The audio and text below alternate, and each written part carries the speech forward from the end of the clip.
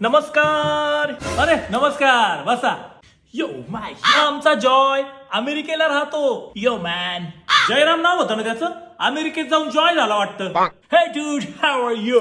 असा काय बोलतोय हा? Actually man, this is American English, you know dude. दूध काढताना लहानपणी नंगा पडला होता गोठ्यात, क्षणाने माखला होता अख्खा, आणि आता माझ्यासमोर भास मारतो का रे सुक्कळीच्या. हो, आता त्याला तिकडच्या सारखंच बोलायची सवय झालीये. इकडे बरं जॉय, एक मिनिट. अय्यो, व्हॉट मॅन. आईच्या गावात पाहिलं ना, किती अमेरिकेला नाही तर फिमेरिकेला जा, शेवटी आपली आईच आठवती. अगदी बरोबर. माझी पण लई इच्छा आहे हो, आमच्या मंग्याला मस्त परदेशात पाठवून डॉक्टर करायचा. मग त्याला लई पैसे लागत आहे असं ऐकलं मी. अहो नाही, तुम्ही ना एकदा ब्राईट फ्युचर एज्युकेशन ग्रुपला व्हिजिट द्या, तुमचे हे सगळे गैरसमज दूर होतील. असं कुठं आहे? अहो आपल्या नाशिकला BA-MS च्या फीज मध्ये MBBS ते पण गव्हर्नमेंट युनिव्हर्सिटीमध्ये ऍडमिशन करून देतात ते, आणि एकदम इझी ऍडमिशन प्रोसेस आहे, डोनेशन द्यायची पण गरज नाही. अहो पण आमच्या चोंग्याला नीट मध्ये कमी स्कोर आला ना.